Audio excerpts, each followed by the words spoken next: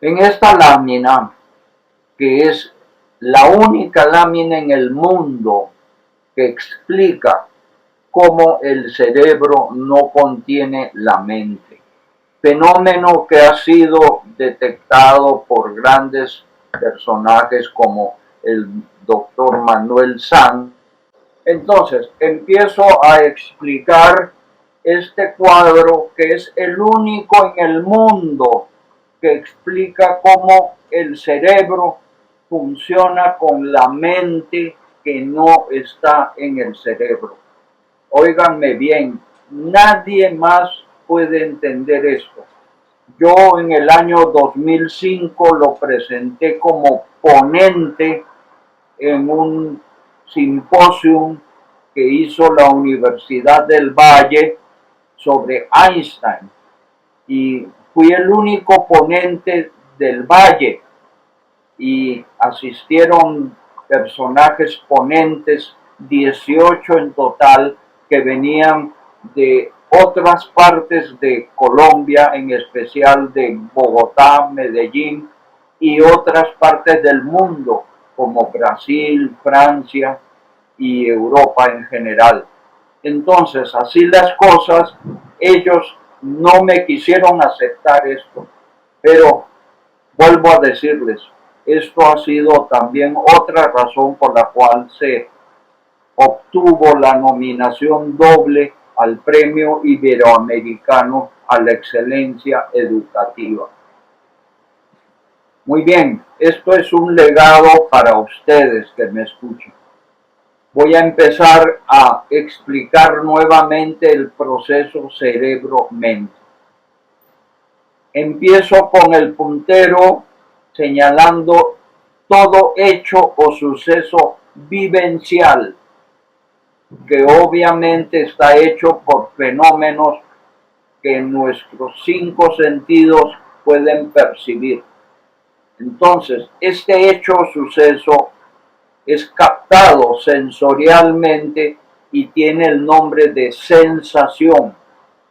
Sensación que va por el sistema nervioso periférico al central y del central al cerebro. En el cerebro, que estoy acá en este cuadrito que muevo con el puntero, se realiza la percepción sináptica por CNS. Ya he explicado esta parte de los CNS. Estos CNS son preexistentes y tienen influencia neurolingüística y hormonal en las áreas de Broca y de Wernicke. Esto ya también lo he explicado hace un rato. Entonces, esta percepción es a nivel eléctrico. ¿Por qué? Porque esta captación es a nivel electroquímico. Y aquí el nivel eléctrico se forma a través de la sinapsis, que es química, y el conjunto eléctrico de todas las CNS, el doctor Ginás, que es un gran experto mundialmente reconocido colombiano, lo llama electrotónica. El proceso de todo el conjunto eléctrico de redes llamado electrotónica es por resonancia armónica transmitida a la inducción de los campos magnéticos vírgenes que emite el tálamo del cerebro. Estos campos magnéticos se cargan de información electrotónica y se vuelven campos magnéticos cargados de información. Un buen ejemplo para que todos lo entendamos es que, por ejemplo, una emisora de televisión, cuando está apagada en la madrugada, no emite ningún tipo de información, y el televisor prendido lo único que ve en la pantalla es lluvia. Eso es un campo virgen. Pero cuando empieza la emisora a transmitir información, entonces el televisor en su pantalla empieza a ver imágenes, a dar imágenes y a dar sonido, colores y palabras. Todo esto es la mejor explicación de que ya hay un campo magnético cargado de información. Así como sucede en el proceso de emisora, espectro electromagnético de la atmósfera y recepción a través de la antena o del circuito del televisor que recibe la información y la convierte en imágenes y sonido. Este proceso es el proceso que hace los campos magnéticos del tálamo, campos magnéticos que el doctor Ginás utiliza mucho en este trabajo terminal de su vida, pero que no ha podido descifrar porque no quiere entrar en la parte espiritual. Pero él habla, he visto videos, de que él tiene una gran cantidad de investigaciones hechas en los circuitos magnéticos que el cerebro contiene a través del tálamo. Entonces, hasta aquí está esto físicamente manejado por la neurociencia. Los circuitos magnéticos se llaman circuitos magnetoencefalográmicos, que es la versión magnética de la consabida diagnosis electromagnética electroencefalograma. El electroencefalograma es eléctrico y el magnetoencefalograma es magnético. ¿Ok? Entonces, así las cosas, por nuevamente resonancia armónica, esta vez entre lo físico y lo metafísico, que ya entramos al cuadro siguiente que estoy moviendo con mi puntero. Aquí empieza la serie de cuadros en recuadro negro. Estos cuadros en recuadro negro corresponden a lo espiritual. ¿Estoy hablando muy duro? No, está bien. ¿Se me ve? Bueno, ok. Entonces, dentro de lo espiritual, la percepción ya no es con CNS, la percepción es con EBCs. Y esta percepción de EBCs, que son preexistentes, tienen diferentes tipos. EBCs de memorias asociativas, EBC de percepción nueva y EBC de decisión que viene a través de este segundo cuadro. Entonces, todo lo que viene por vía de resonancia armónica desde el magneto de campos magnéticos del tálamo, todo esto implica incluso los sistemas límbico y corticales de la corteza y límbico del sistema nervioso central primitivo que tenemos en el cerebro. Todo esto ha llegado del cerebro a través de campos magnéticos al espíritu. El espíritu procesa esto a través de sus EBCs correspondientes a un nuevo grupo de EBCs que son los EBCs inteligentes, que le dan significado explícito, y con eso se crean nuevas emociones, nuevas concepciones de ideas, nuevas decisiones, nuevas voluntades y también nuevas memorias.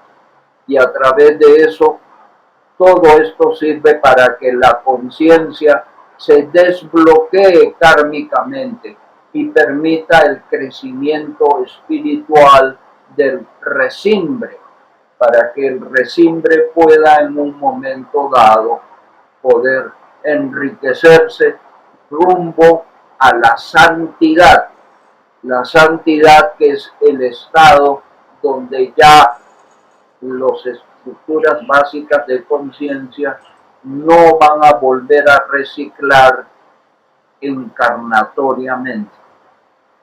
A partir de allí, la santidad hace que las estructuras de conciencia se vuelvan insumos, o sea, material disponible, muy perfeccionado, que llegó al estado de santidad para crear nuevas entidades de seres superiores, a los cuales vamos a llamar en primera instancia ángeles. De ahí es que viene nuestra exposición de hoy, que habla de angeleología. Entonces, estas creaciones inteligentes, mientras estamos encarnados, se convierten en ideas en este nuevo cuadrito del espíritu. Ideas, sentimientos y voluntades. Esto se vuelve a transmitir a otras estructuras de conciencia que van a decidir si represan las ideas, sentimientos y voluntades o las expresa. Y la expresión puede ser de catexia, cuando reconvierte toda expresión en algo mejor, o de catarsis, cuando no reconvierte nada, sino simplemente explota, lo emite tal cual. Entonces ya sabemos que la decisión es o de reprimir, o de convertir, o de explotar. Entonces, a partir de aquí pasamos a otro proceso, que es en este cuadro, que es el último de la parte espiritual. Hay una emisión de pensamientos de las EBCs hacia el cerebro, hacia las CNS. Esta emisión es el proceso de resonancia armónica inverso al proceso que en el puntero señalo se inició del cerebro al espíritu. Acá viene el proceso inverso, del espíritu al cerebro. Los campos magnéticos del tálamo, que varían entre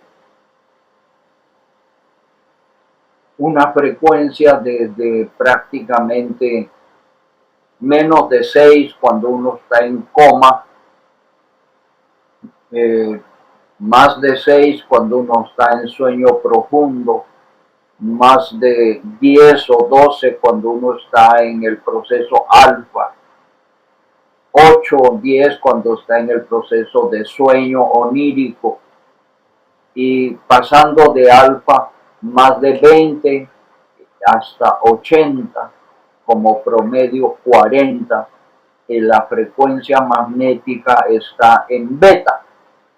Entonces, repito, beta es cuando estamos totalmente lúcidos, alfa cuando estamos semilúcidos, que es la mejor etapa para hacer meditación de trance, y de ahí pasamos a teta, que es cuando estamos en sueño onírico, y de ahí pasamos a gamma, que es cuando ya estamos prácticamente al borde de la muerte.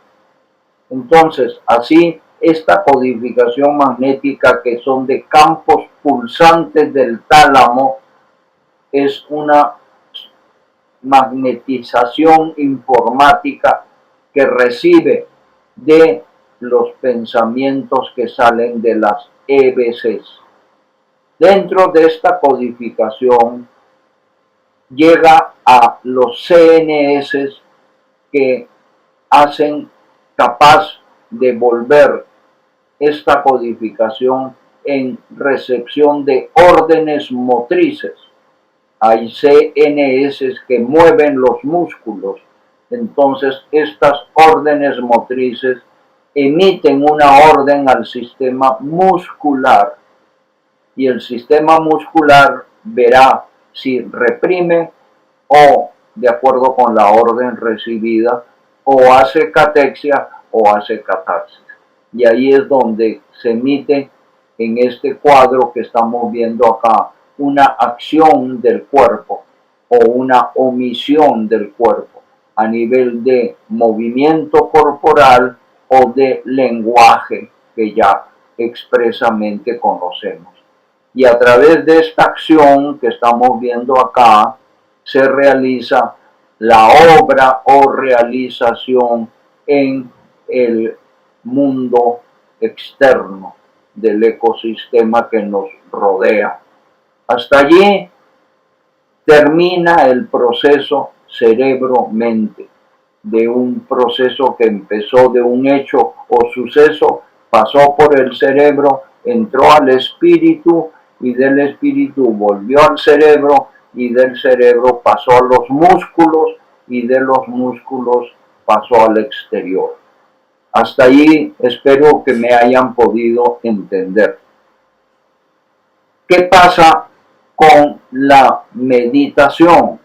La meditación hace que funcione este cuadrito que está punteado en azul, donde se preoptimiza las estructuras básicas de conciencia asociativos y se fija los anclas por visualización en programación neurolingüística que sirve después para la evocación críptica de mantras por meditación con visualización críptica.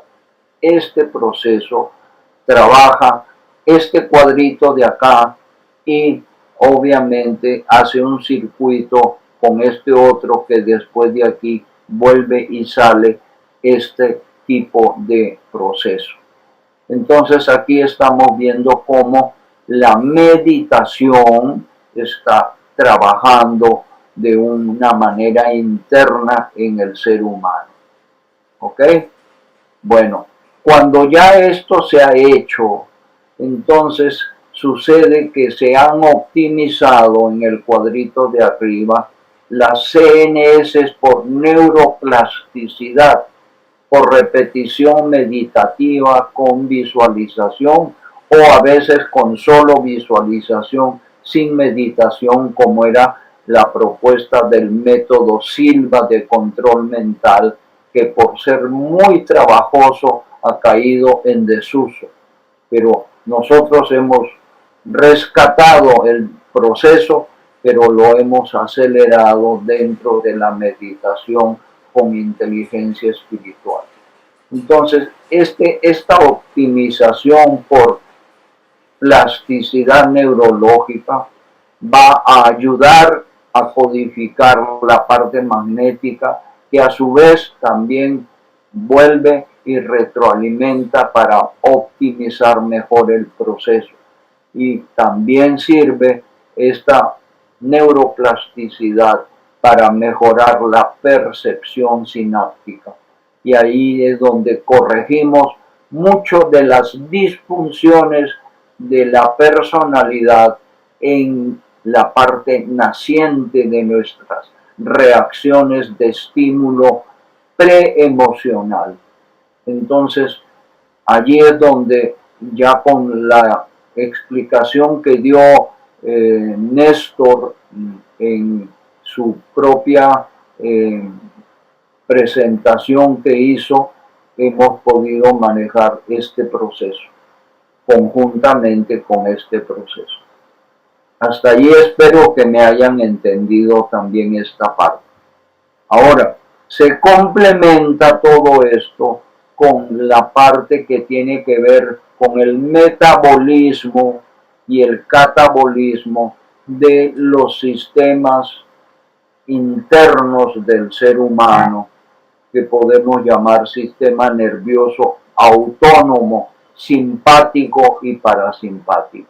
¿De dónde empieza? De aquí, de esta percepción pasamos a que la percepción sináptica también se vuelva percepción a través de neurotransmisores llamados péptidos, que voy pasando con el puntero primero y van llegando a los CNS neurolingüísticos para oír, para leer. Pasamos a los CNS neurolingüísticos para la mímica, para hablar y escribir, y allí es donde sinestésicamente vamos a incidir también en la parte de darle aliño a la motricidad de la expresión que vamos a hacer en la acción.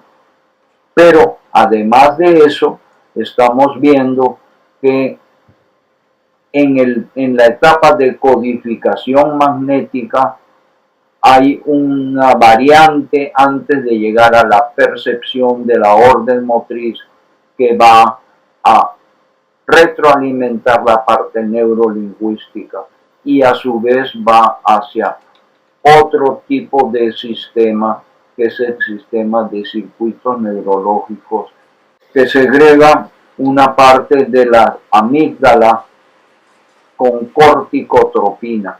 Pero esta parte de la amígdala también se alimenta de la percepción sináptica de péptidos, llega aquí a los neuropéptidos que la corticotropina como neurotransmisor pasa al hipotálamo. El hipotálamo se segrega más corticotropina y obviamente se estimula también con esta parte de energía que se alimenta y funcionalmente llega a la hipófisis que segrega adenocorticotropina que va a las glándulas adrenales y suprarrenales que están encima de los riñones, y estas glándulas de secreción interna agregan más cortisol al sistema para la huida o la lucha, y obviamente las principales de cortisol las agrega el tálamo cuando nos despertamos. Pero también hemos visto otra variante aquí, en donde todo este tipo de neuropéptidos y neurotransmisores inciden en el sistema nervioso autónomo simpático para estimular todo el metabolismo, y también en el sistema parasimpático que inhibe el metabolismo, y obviamente también todo lo que es catabolismo, que es se estimula o se inhibe la expulsión de los desechos que tenemos dentro de radicales libres y de sustancias tóxicas. Entonces, aquí ya completamos este sistema complejo involuntario que tenemos nosotros. Acá en la parte de arriba está el sistema voluntario que termina con la motricidad de cuerpo y lenguaje. Todo este cuadro lo que está explicando es aquello que no puede la ciencia explicar. La ciencia, en su reduccionismo materialista, ha dicho que la mente está en el cerebro. Esta fue la principal razón por la cual nuestro amigo Francis Crick, que fue uno de los descubridores del ADN, él se pasó la vida restante hasta que murió buscando en forma biológica el gen de la inteligencia, pero el gen de la inteligencia no existe. Existe la mente que tiene, como estoy señalando acá, las estructuras básicas de conciencia del espíritu, que nada tiene que ver con la parte física de la genética. Pero entonces todo esto es ignorado por diferentes corrientes intelectuales, y es así como hay algunas personas de formación intelectual que no aceptan esto y creen que el cerebro contiene la mente. ¿Ok? Entonces ustedes van a encontrar muchas personas que creen que el cerebro contiene la mente. Pero ya hemos visto, por ejemplo, con el caso de Pam Reynolds y el caso de el doctor Sanz últimamente, que ellos denuncian que la mente no es cerebral, pero tampoco saben cómo, no saben, no tienen idea cómo funciona. Y nosotros, desde ya comienzos de este siglo, sabíamos cómo funciona, porque esta propuesta la hice yo para el Simposium Einstein en la Universidad del Valle en el año 2005, imagínense ustedes. Y todavía, con todo el proceso actual de progreso de la neurociencia, no se ha llegado a esta etapa. Y obviamente menos a esta etapa. Y se considera la meditación como un misterio de la mente. Y aquí la estamos desmitificando. Todo esto es cuestión de conocer. Y en la falta del conocimiento es lo que ha hecho que nosotros tomemos la posición del liderazgo para el mundo. Pero obviamente ustedes me tienen que ayudar a que esto se haga conocido por el mundo entero. Y por ejemplo, cada vez que escucho, hoy estaba escuchando otra versión de una conferencia que dio Deepak Chopra. Deepak Chopra tiende a pensar que la mente no es cerebral, pero no sabe cómo. Y entonces termina hablando de que todo esto funciona en el cerebro. Entonces imagínense un hombre que está considerado como dentro de los 100 hombres en el mundo con influencia espiritual, que se llama Deepak Chopra, no sabe de este cuadro, no sabe de esto. Por eso digo yo que ustedes tienen en sus manos algo muy importante. Ojalá sepan valorarlo. ¿Ok? Voy a pasar a la siguiente lámina.